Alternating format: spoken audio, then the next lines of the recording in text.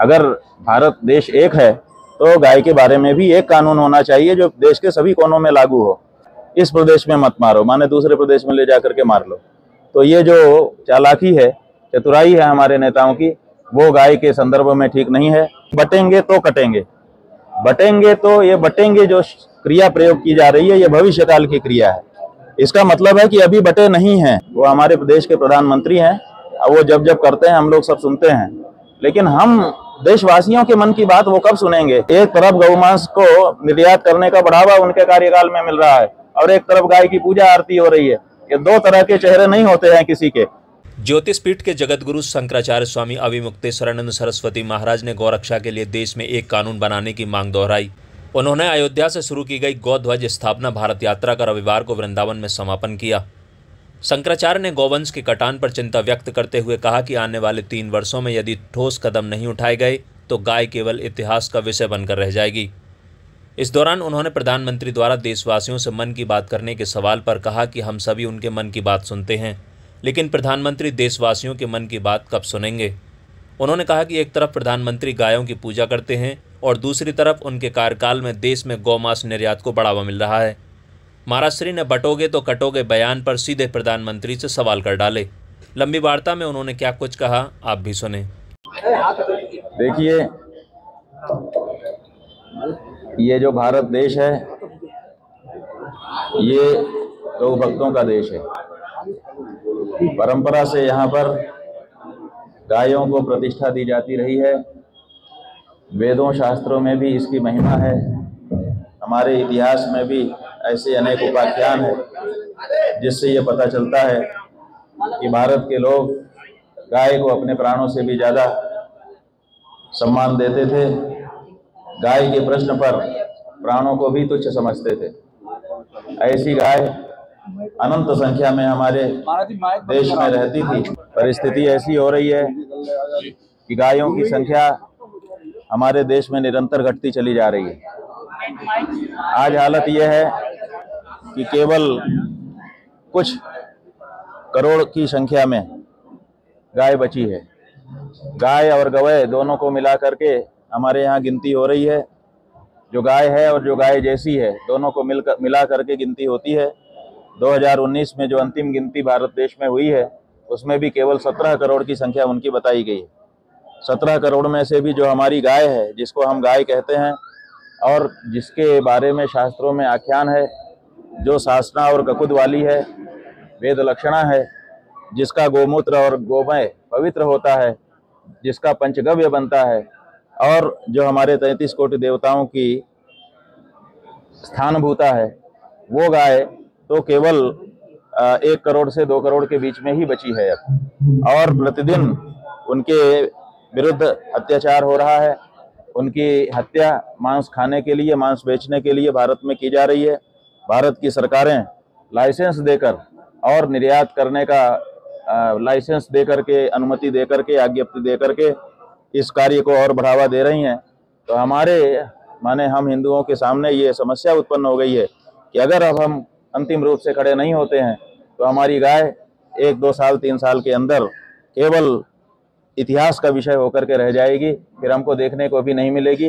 उसका सेवा करना तो दूर की बात है।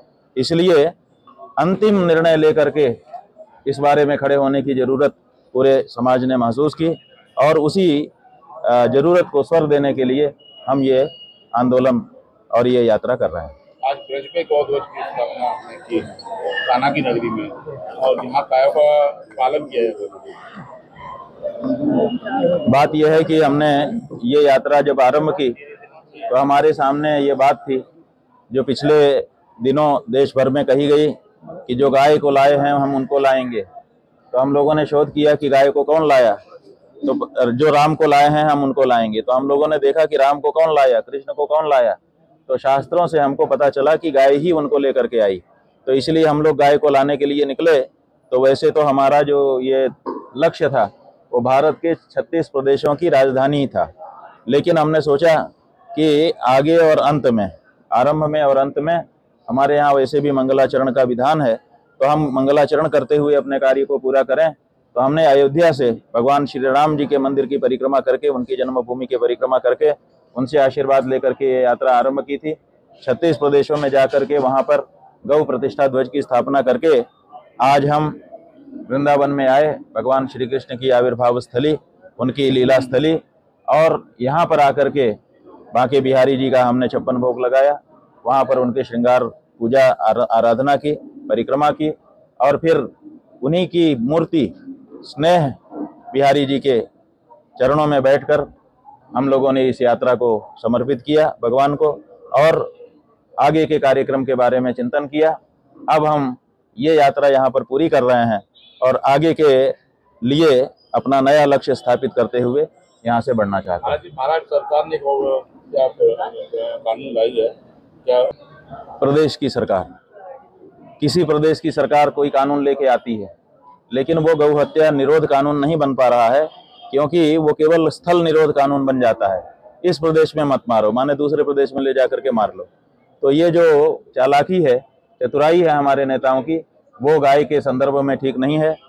अगर हमारा देश एक है तो फिर एक देश में एक कानून, एक देश में एक इलेक्शन, एक देश में एक तरह की बातें जब चलती हैं, तो गौ माता के बारे में एक देश में एक कानून क्यों नहीं बनता है?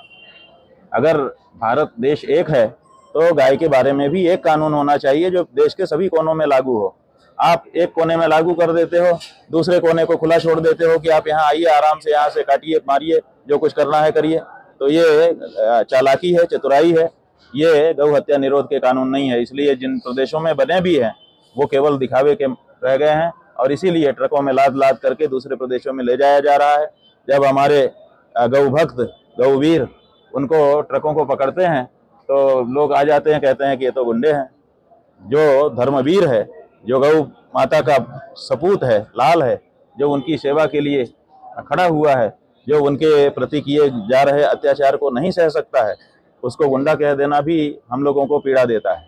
महाराज जी, जिस तरह से मुख्यमंत्री योगी जी ने कहा था बटेंगे तो कटेंगे, कल आरएसएस के में हुई प्रेस कॉन्फ्रेंस में उन्होंने आरएसएस ने उसका समर्थन किया है कि एक हिंदू एकजुट रहेगा तो संगठित रहेगा, बचा रहेगा, अगर बट गए तो कट जाएंगे। बात यह है कि बट गए तो कट गए, जो भी आपको कहना है, आप शब्दावली जो भी कहें, ये जरूर है कि देश में एकता होनी चाहिए। अब देश में एकता बनाने के लिए आपके पास फार्मूला क्या है? आप कहते हैं बटो मत, बटेंगे तो कटेंगे। पहली बात तो यह है कि बटेंगे तो कटेंगे। बटेंगे तो ये बटेंगे जो क्रिया प्रयोग की जा रही है, ये भविष्य काल की क्रिया है। इसका मतलब है कि अभी बटे नहीं हैं, अभी हम एक हैं। जब एक हैं तो कौन सा वो कारण है जिसके कारण बट जाएंगे? तो बटेंगे क्रिया जो है ये भविष्य काल की क्रिया है। इसका मतलब कि अभी हम बटे नहीं हैं, लेकिन बटने की संभावना है। तो कौन से कारण है जिसके कारण हम बट जाने वाले हैं, इस बारे में चर्चा होनी चाहिए। और दूसरी बात यह है कि आप अगर एकता करना चाहते हो तो एकता करने का फार्मूला क्या है, कैसे एकता होगी?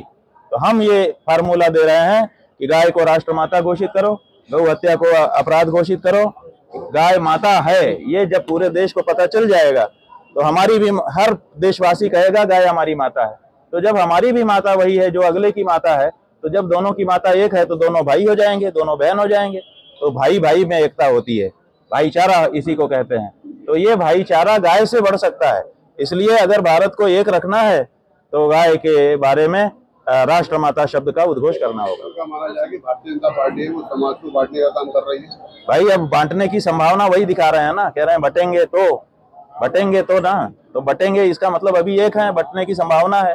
तुमको कैसे पता चल रहा है कि बट जाएंगे हम? कौन से वो कारण है? उन कारणों को तो जनता के सामने रखो कि इन कारणों से हमको लगता है कि हम बट जाएंगे। महाराज जी, पिछले दिनों ब्रज के संत और ब्रजवासी एकत्रित हुए, वो को लेकर के आवाज उठाई।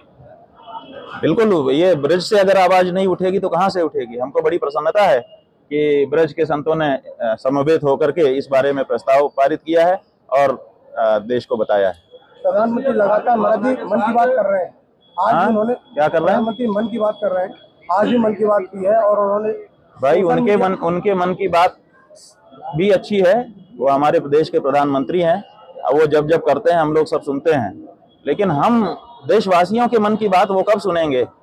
हम देशवासियों के मन की बात यह है कि गाय हमारी माता है और आप उसको काट काट करके बेचना और उसके लिए आप अनुमति दे रहे हो, ये हम लोगों को ठीक नहीं लग रहा है। तो देशवासियों की मन की बात को प्रधानमंत्री जी सुने और अपने मन की बात हमको साफ करें। उनके 2 चित्र हम लोगों के सामने आए हैं। एक, उनके घर में आप लोगों के माध्यम से हमको पता चला है कि उनके पूजा घर में गाय गई है, वहां पर उन्होंने उसको शॉल उड़ाया है, वहां पर चुनरी उड़ाई है, माला पहनाया है, गोद में लेकर के उसको दुलार रहे हैं, पुचकार रहे हैं। एक चेहरा उनका आपके माध्यम से हमको ये दिखाई दिया है। और दूसरा चेहरा ये है कि भारत, जब डाटा निकाल करके देखते हैं इंटरनेट पर, तो पता चलता है कि भारत विश्व में दूसरे नंबर पर आ गया गौमांस का निर्यात करने वाले देशों में। तो एक तरफ गौमांस को निर्यात करने का बढ़ावा उनके कार्यकाल में मिल रहा है और एक तरफ गाय की पूजा आरती हो रही है।